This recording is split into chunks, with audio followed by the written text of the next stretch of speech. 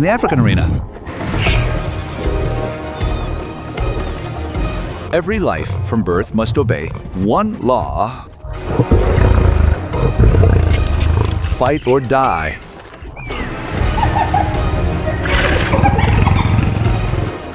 Nature grants them survival weapons, but only those who master them can survive.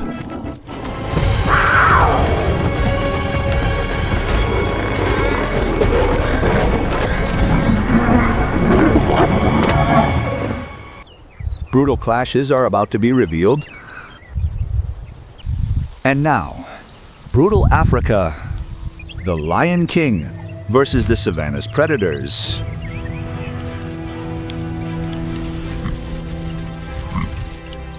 This is the African Savannah, the most ruthless wild kingdom on the continent. 3 clashes will decide who is king of the Savannah today.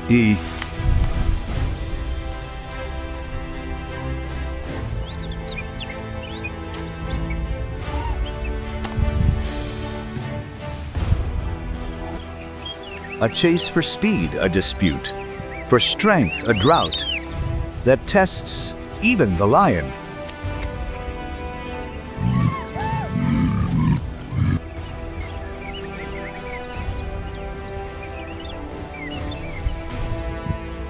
This is wildlife in Africa, where no position lasts forever.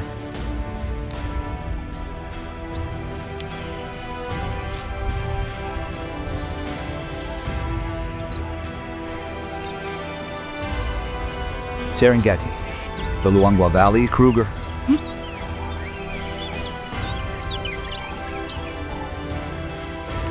Three lands that form this savanna.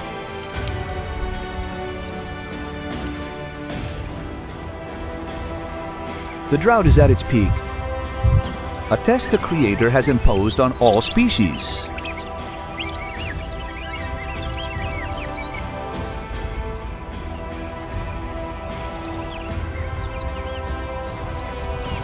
And not every wild animal is lucky enough to survive. Even the most brutal predators are among those, suffering most from hunger and thirst.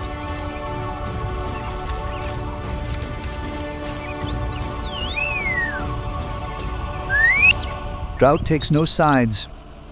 It is the common enemy, silent and merciless.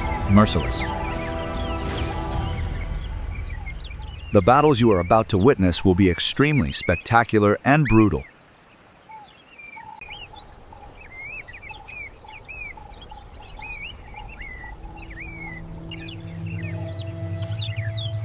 Before we begin, leave a like and subscribe to support the channel.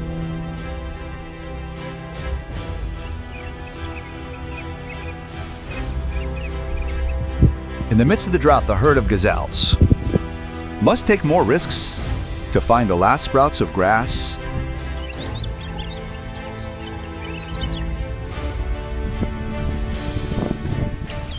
For a hungry cheetah, this is a rare chance of the day.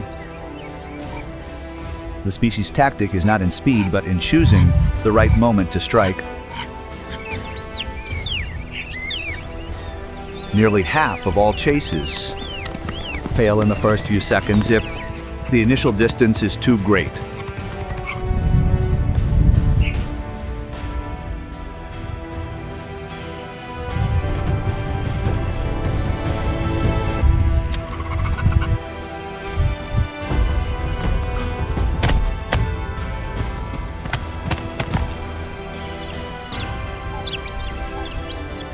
In less than a minute, it was all over. The young prey had no chance against over 100 kilometers per hour. The hunt was successful. But the price of speed follows immediately.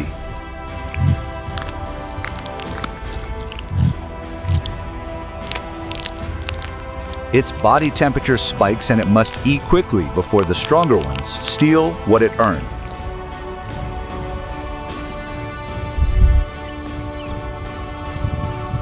Most cheetah cubs do not make it past their first year, killed mainly by lions, leopards, and hyenas. Those above it in this hierarchy hunt and kill.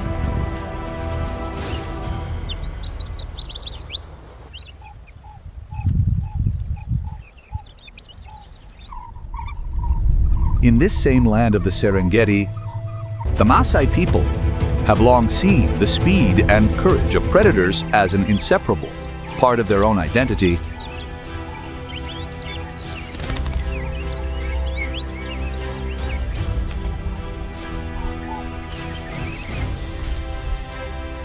Speed is only the first step in the African savannah.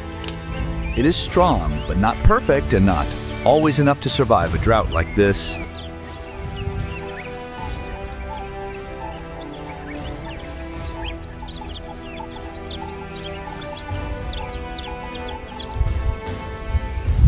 Climate scientists point to El Niño as one of the main causes of this year's unusually long drought.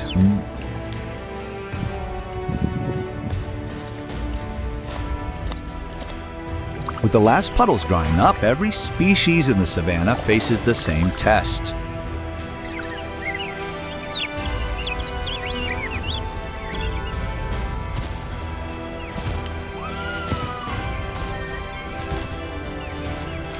Even elephants must walk much further than normal, sometimes dozens of kilometers a day, just to find the water that still remains.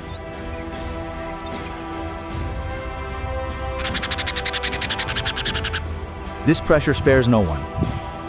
From small gazelles to multi-ton elephants, everyone fights for every remaining puddle.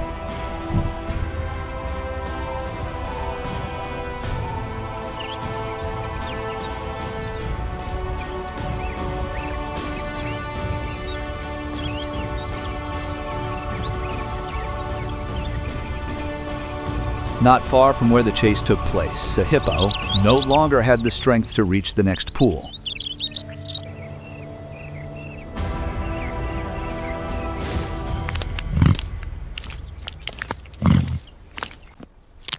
The species needs to remain submerged frequently to keep their skin hydrated and lower body temperature.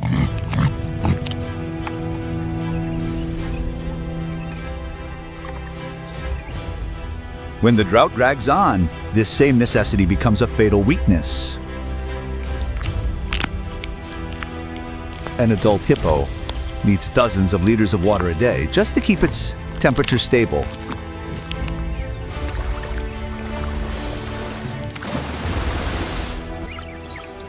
With pools getting smaller, many individuals are forced to crowd together, increasing the risk of conflict between the hippos themselves.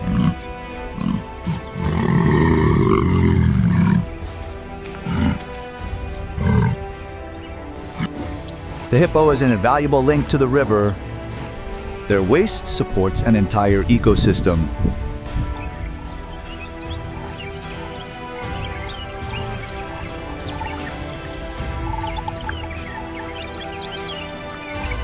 When one falls, the rest of the ecosystem must reorganize to cover that void.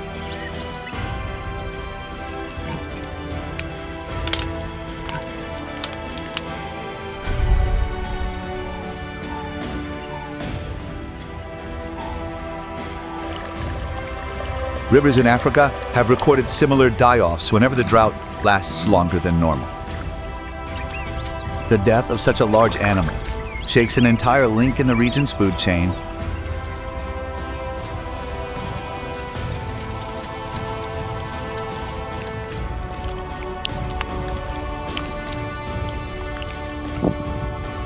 But it also opens a rare chance for other species suffering from the same drought.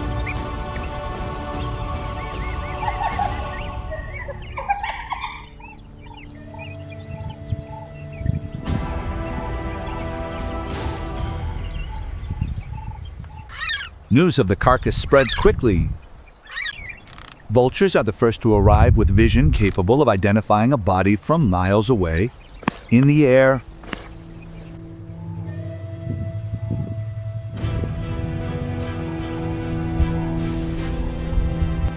one of the two vulture species present here is already classified as critically endangered. Its population has fallen by over 80% just 3 generations, mainly due to poisoning.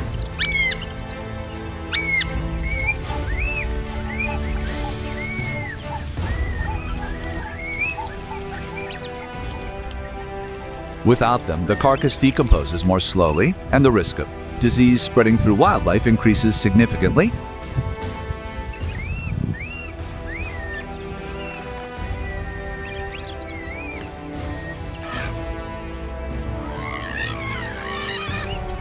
Is usually the first to know of any death on the savannah, but knowing first doesn't guarantee eating first.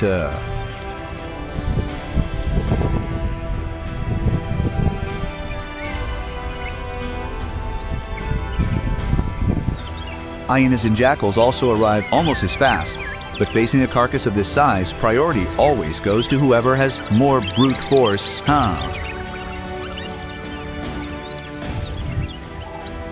A coalition of lions. Usually 2 blood brothers took control in just a few minutes.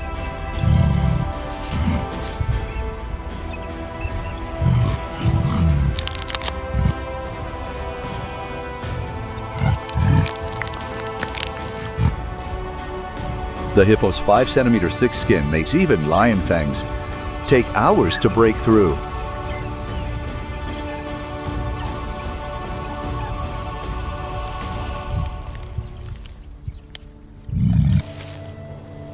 This rare meal will feed the entire pride for the next few days.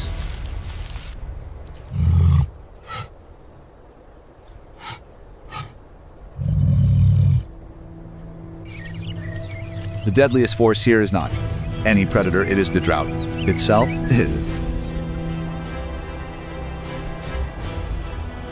Even those who are satiated now will face the same test soon, even after the biggest meal of the season. It is just a short pause between 2 famines.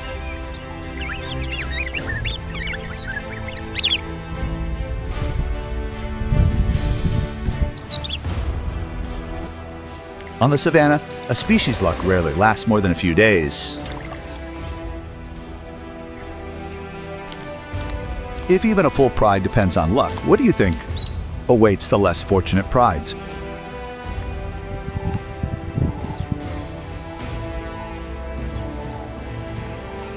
Leave your bet for the next confrontation in the comments before continuing to watch on.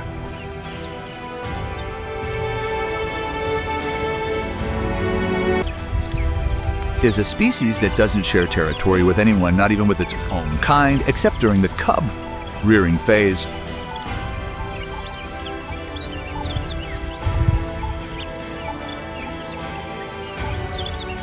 To avoid lions and hyenas, it usually hunts on the edges of territory with less dispute.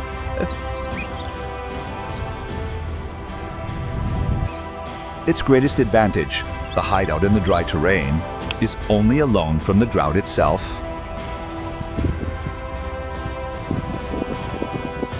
When the rain arrives, this debt is collected in a single night.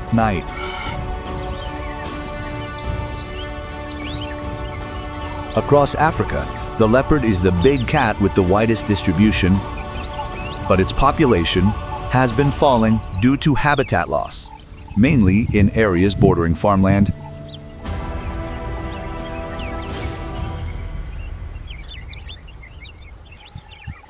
Nearby, a clan of spotted hyenas also competes for what is left of this drought.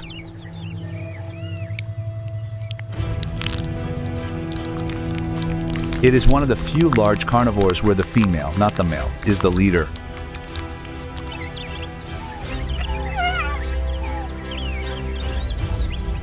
A clan can have dozens of individuals following a rigid hierarchy maintained for generations.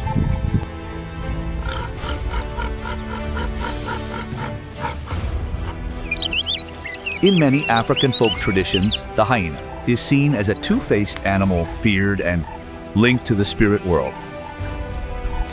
But not even a jaw capable of crushing bones guarantees territory forever.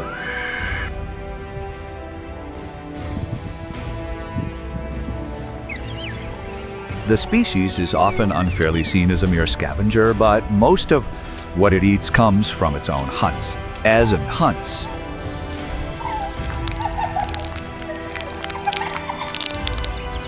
Lions and hyenas are historic rivals of the savannah, each side ready to steal the other's conquest. Warthogs are the lion's favorite meal. Therefore, keeping the cubs alive is their main concern.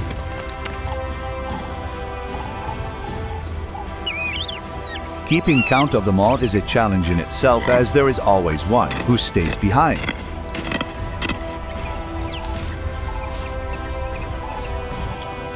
Even with the whole pack working together, digging out the warthogs is still an extremely arduous task.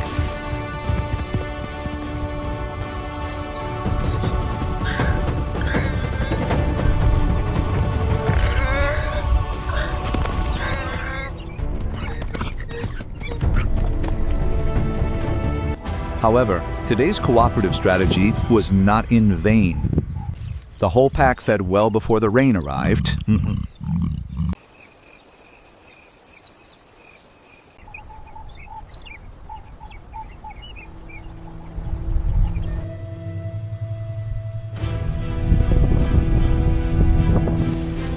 In the harshest spot in the region, a pride of lions led by a female has already gone days without eating.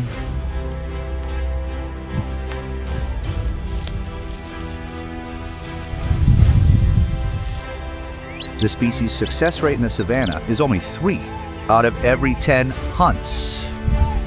A truth seldom remembered behind the title of King of the Savannah.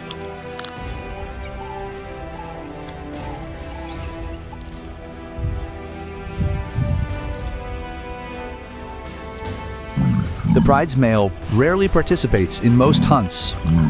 His main role is to protect the territory and the cubs against invaders.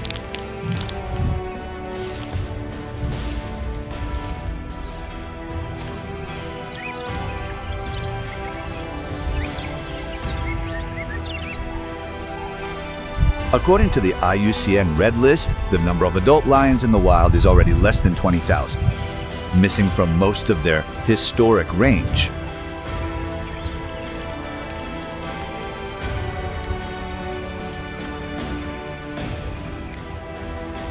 Most of the cause comes from habitat loss and conflict with humans, with traditional hunting territory shrinking in the face of advancing agriculture and inhabited areas.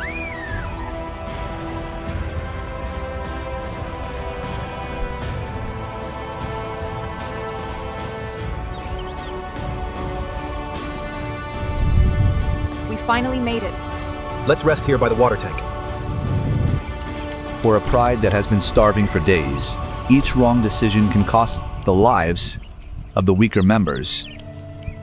Day after day, the sky does not release a single drop.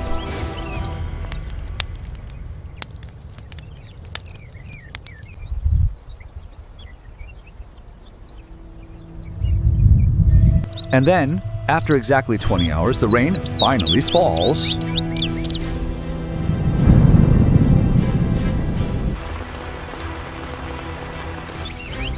In a single night, the leopard's hideout disappears under the rising water.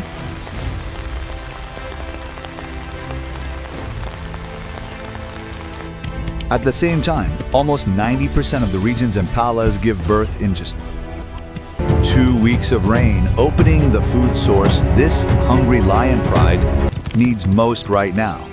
Us and you. Luck on the savannah has never belonged to a single species forever. It belongs to the climate.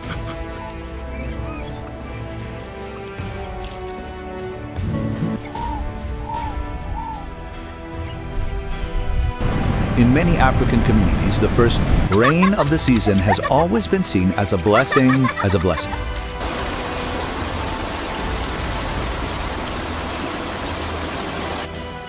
In the Brazilian Northeast, the anguish of waiting for rain after such long droughts also marks the memory of generations.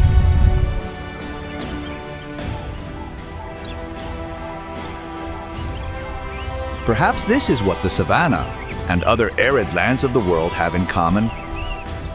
Where there is life, there is always someone trying to believe in a rainy day.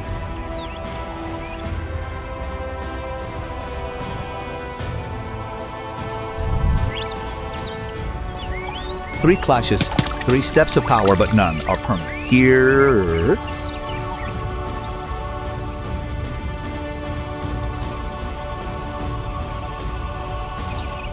This hierarchy has never been a fixed order. It changes every season. Whoever leads today may be the weakest in the next.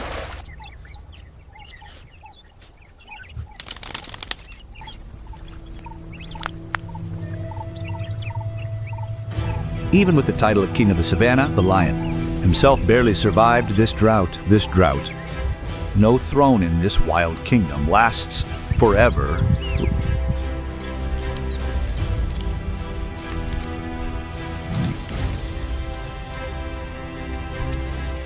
But this story does not happen in a single drought. It repeats year after year throughout Africa.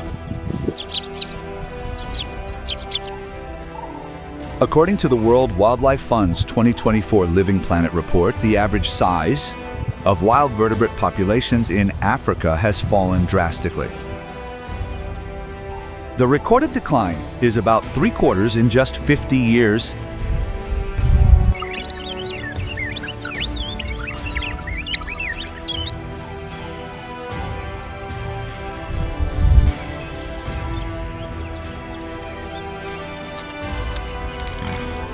The lion alone, a species once a symbol of the continent's power, has fewer than 20,000 adults left in the wild today. It has disappeared from most of the territory that was once its own.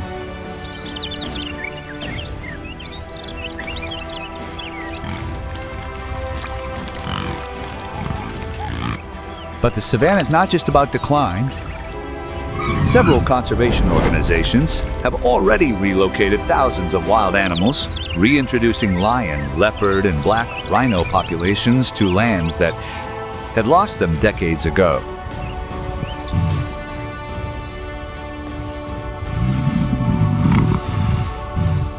Several transboundary ecological corridors are also being built.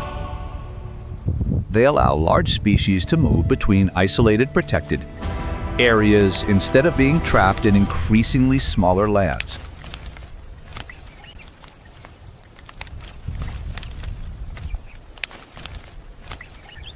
Not every miracle comes from a rain.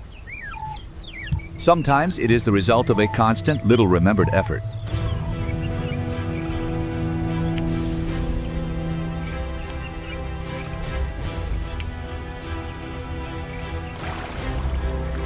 On the African savannah, the common enemy of every predator is drought.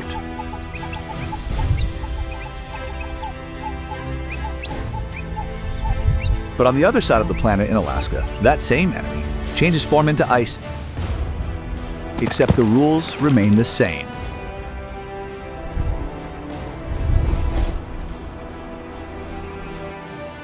Whether by the heat that burns the skin or the cold that cuts the flesh, it is always the environment that decides who lives and who dies. Not fangs or claws, not fangs or claws.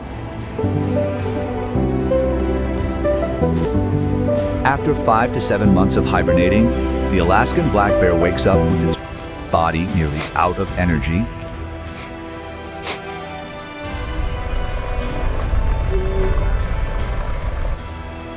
It has no time left to rest because whatever food is left from the winter is scattered and hidden.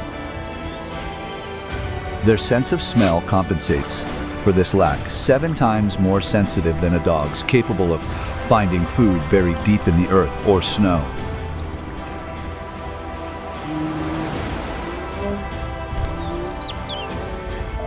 But the black bear doesn't just eat to survive the day.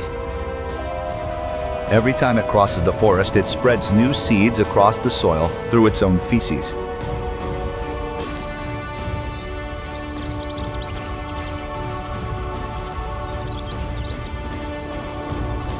Digging in search of food also loosens the earth, making life easier for plants after the winter.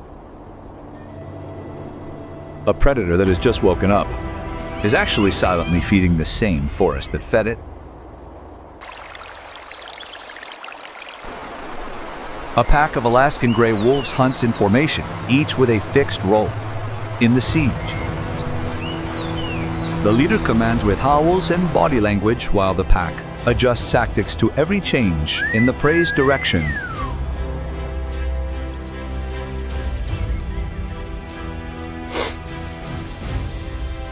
They reach speeds of 60 kilometers per hour, even over thick snow and the rugged terrain of the taiga.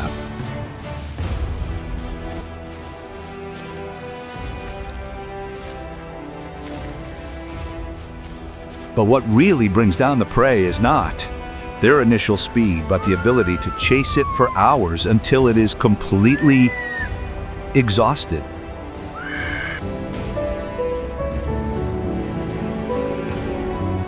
In a land where the cold kills the weakest, in just a few hours, endurance is the true, decisive weapon.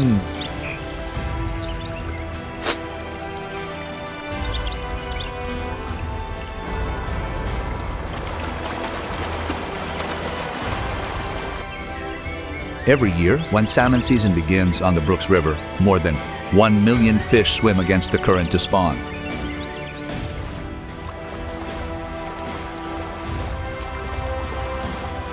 The Katmai brown bear doesn't need to wait for the fish to get close to notice it. Its sense of smell picks up the scent of salmon from up to 20 kilometers away. At the peak of the season, an adult brown bear can eat up to 40 kilograms of fish a day, storing energy for the approaching winter.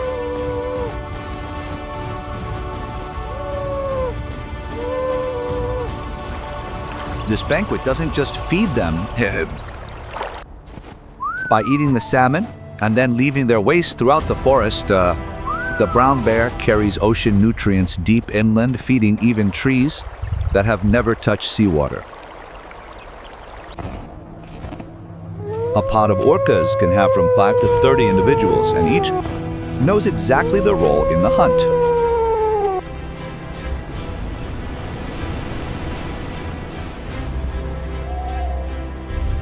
A study published in 2024 in Marine Mammal Science showed that orcas have an exceptional memory capable of learning hunting techniques from the older individuals in the group.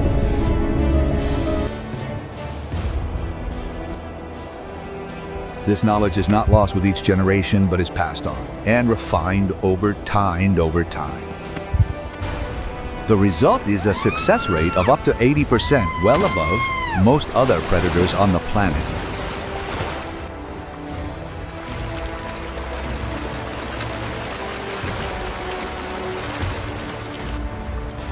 When the final strike happens, their bite force reaches 19,000 newtons, enough to take down a seal or a sea lion in an instant.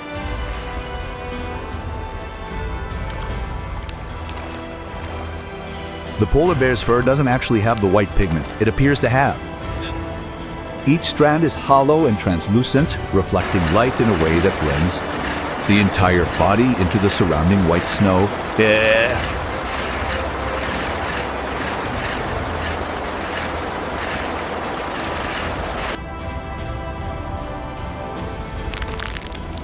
With this natural camouflage, the polar bear chooses the most patient hunt that exists.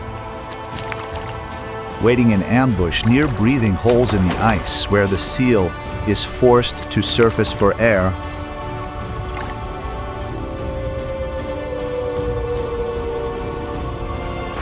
It can wait for hours or even days on end without moving. As soon as the prey appears on the surface, the strike comes with a bite force of 1,200 pounds per square inch, enough to crush the prey's bones instantly.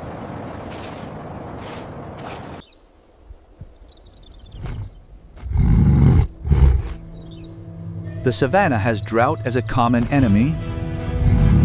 Alaska has another growing enemy, the disappearance of the very ice that sustains the entire survival chain.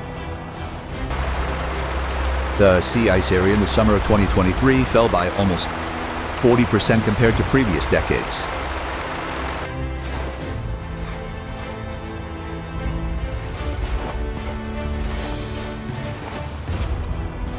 According to the WWF, the polar bear population has dropped by more than 30% the last 3 decades due to the loss of hunting habitat on the ice. Diagnose. If the situation does not change, the forecast is for a further drop of 50 to 70% by 2050.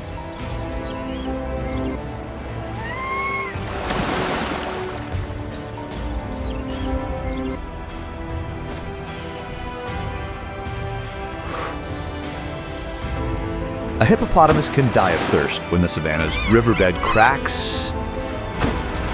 A polar bear can also starve when the ice it needs to hunt is no longer thick enough to support it.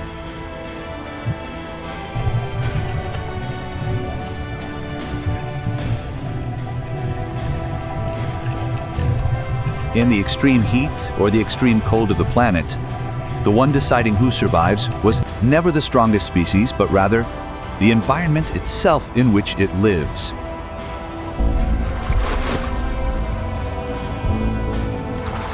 The wild journey ends up leading us to the most extreme limits of life. At this very moment, the focus of survival turns to the Caatinga, the arid white forest of northeastern Brazil. Let us witness how life still emerges with tenacity amidst the rocks.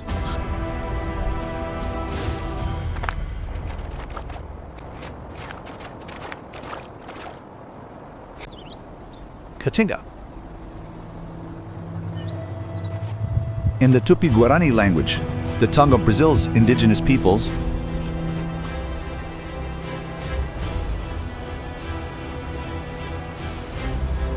this name means white forest. Look at this and you will understand why immediately. Thus, this is the only biome on the planet that exists solely within the borders of Brazil, nowhere else. But here,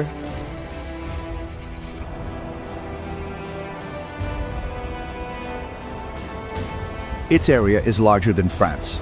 But 80% of Brazilians have never set foot here and also do not know what lives within it.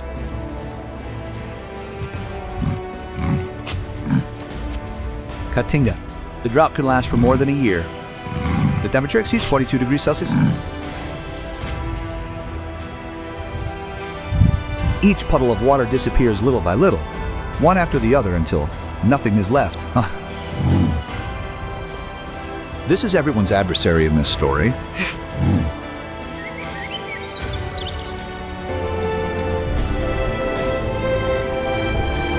This is the drought, the most implacable villain of the Caatinga.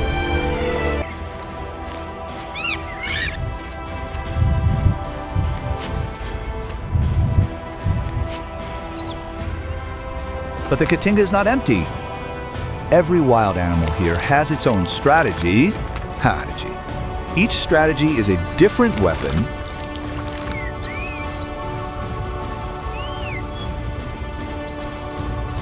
But the true secrets, those that science took decades to decipher, lie in three creatures we are about to meet.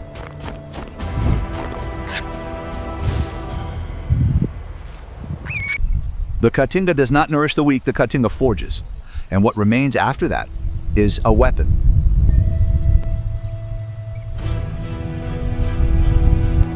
Caatinga, second month without rain.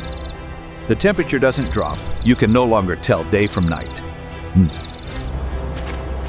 Just a single level of heat that stretches on without respite. Every creature that has made it this far alive has paid a price. And in this melting heat, life doesn't stop, because in the Caatinga, stopping means dying.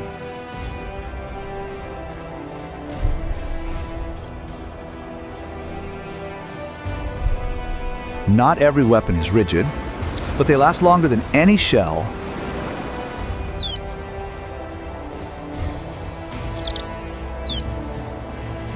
The capuchin monkey has no armor. But when the drought sweeps fruit and insects out of reach, the monkey picks up a stone and turns it into a tool.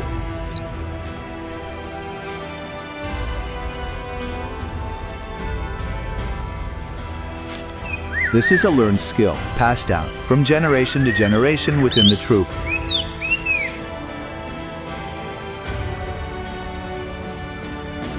The young watch the adults. They learn to choose a stone heavy enough. A stone that is too light lacks the force to break the shell. A stone that is too heavy gets out of control during the strike.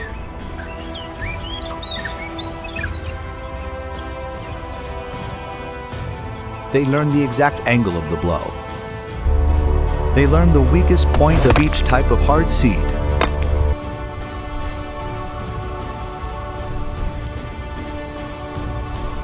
The capuchin monkey is one of the very few mammal species besides humans that use tools systematically in the wild.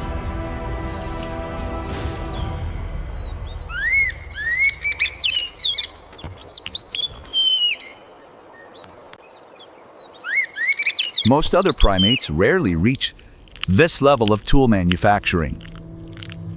They eat what they find directly without needing any extra tools.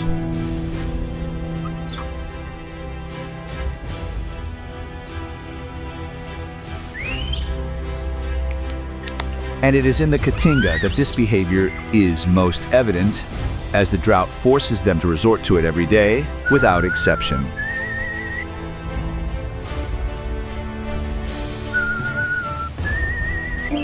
In the drought, intelligence is a weapon for survival. The drought cannot take that away from them.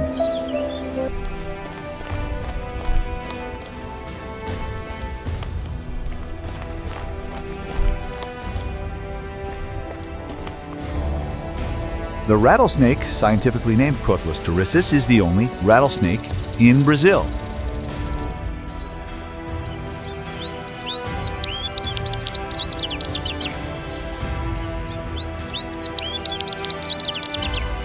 It is present throughout the semi-arid region of the Northeast, wherever there is still shade to hide. Its venom is a mixture of neurotoxins and hemotoxins.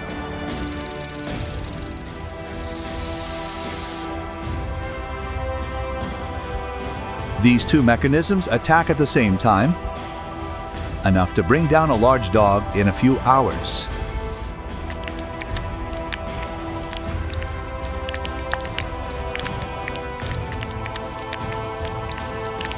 Between its eyes and nostrils, it carries a pair of heat-sensitive pits capable of detecting the prey's body heat in absolute darkness.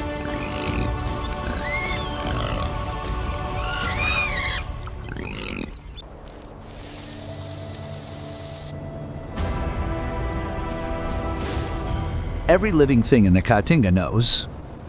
Upon hearing the rattle, everything moves in one direction. Away. The rattlesnake doesn't need to pursue. A chase wastes energy that the drought doesn't allow one to squander. It just needs to stay still, waiting for the prey to arrive on its own.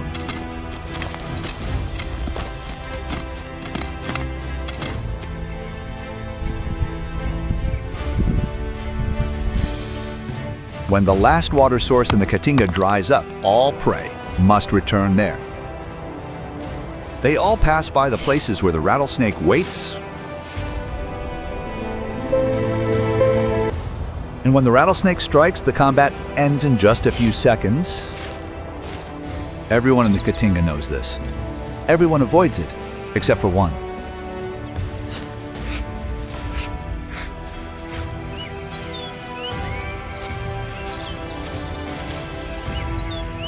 The white-eared opossum, less than 1 kilogram, with a snout as sharp as a nail. BB needs water, and the last remaining puddle is exactly where the rattlesnake waits.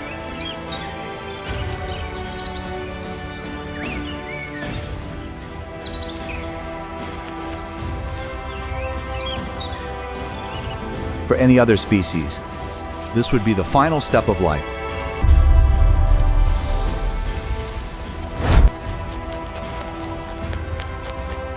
In that second, the outcome seemed already sealed. The rattlesnake strikes a second time, then a third. None of them have any effect. This is BB's secret. A special protein in her blood serum locks the venom's molecular structure, preventing it from binding to nerve cells or blood cells.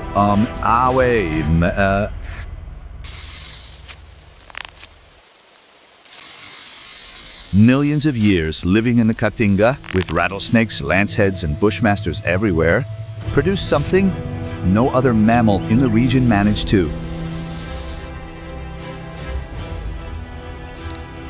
The rattlesnake, defeated by an animal weighing less than 1 kilogram.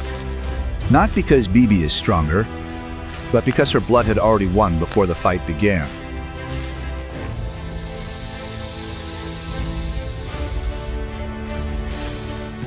The drought continues. The temperature doesn't drop, but something starts to change as night falls because some weapons don't work under the sunlight. Some weapons only shine in complete darkness.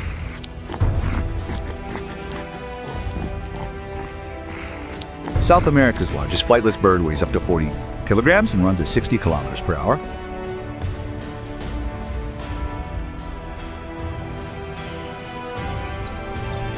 Its strong legs can break a cougar's bones if cornered, but the rhea is rarely cornered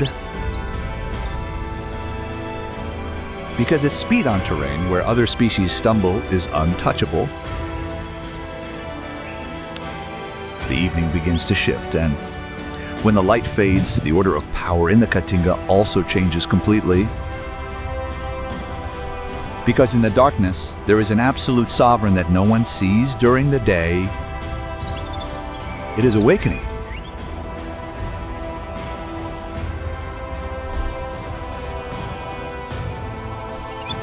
Up above, the cloudless sky reveals a dense layer of stars, the only source of light that remains. Enough for eyes already adapted to the dark to recognize shapes, not enough for anyone else to see what is about to happen. This is the time when most of the Caatinga's diurnal animals have already completely hidden.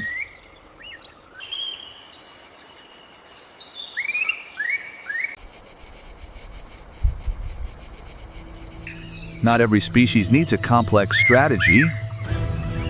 The tegu, the largest lizard in South America, has the simplest strategy of all.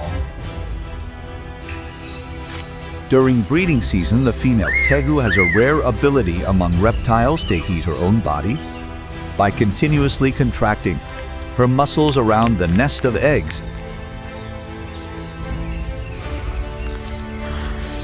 It eats everything edible, eggs, dried fruits, insects, animal carcasses.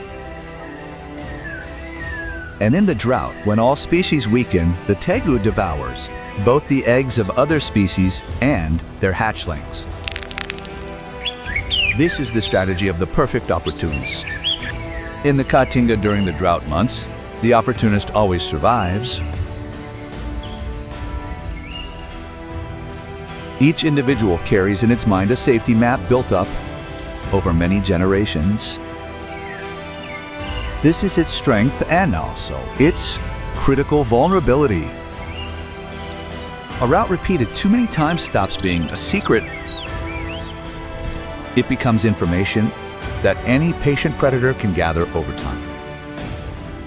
Because tonight, Luna has already memorized this route long ago. Luna, a female ocelot, 40 years of Caatinga, created these eyes.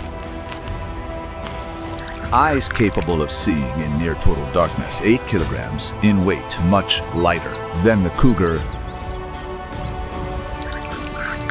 Under Luna's paws are thick, soft pads that distribute her body weight evenly as she moves.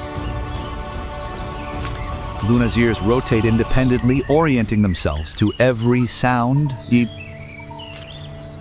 Long, sensitive whiskers allow Luna to feel the width of crevices in absolute darkness. Luna lives and hunts alone. She shares nothing with other ocelots, except during the brief mating season. Luna has been here since the beginning of the night, waiting, not for just any animal, but waiting specifically for that one. This is how she hunts, with knowledge of her prey's habits. Heads. Lizard walks toward the familiar rock. The usual route, safe, always safe. Lizard does not know that the distance between safety and danger tonight is only a few steps away.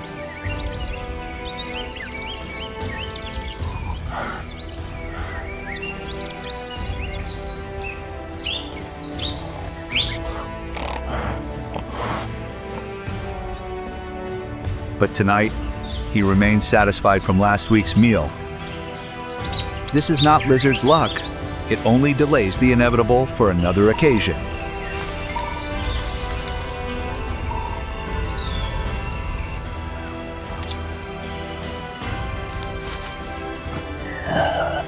It took her only 0.3 seconds from the jump to the end.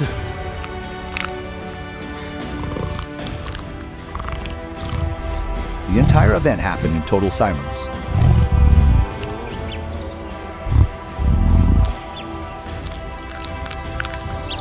This is Luna's ultimate weapon. The patience to wait for the right moment, the right place, the exact route the prey drew for itself. Each of Luna's successful hunting nights nourishes the entire Caatinga. What remains of the meal does not go to waste. Ants and nocturnal beetles will clean up everything Luna left behind.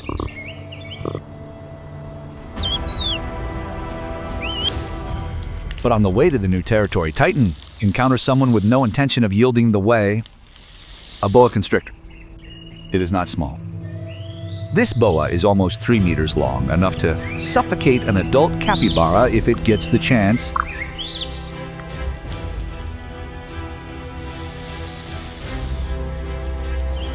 Its weapon is the strength of its grip.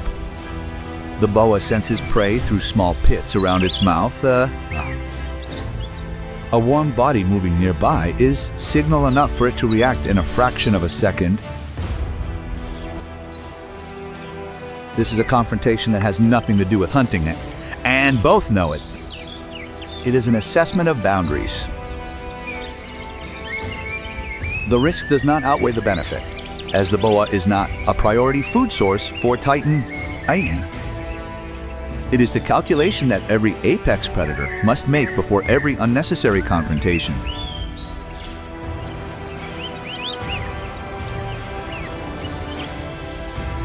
The gray brocket deer is at the edge of the dry creek bed, a hornless female, weighing about 15 kilograms. She came here because this is the only place in the region where a bit of grass still grows on the remaining damp earth.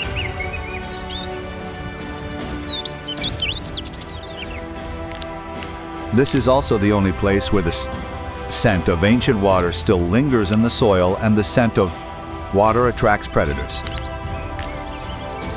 The red brocket deer knows this. Its ears turn without stopping. Its large eyes scan 310 degrees all around.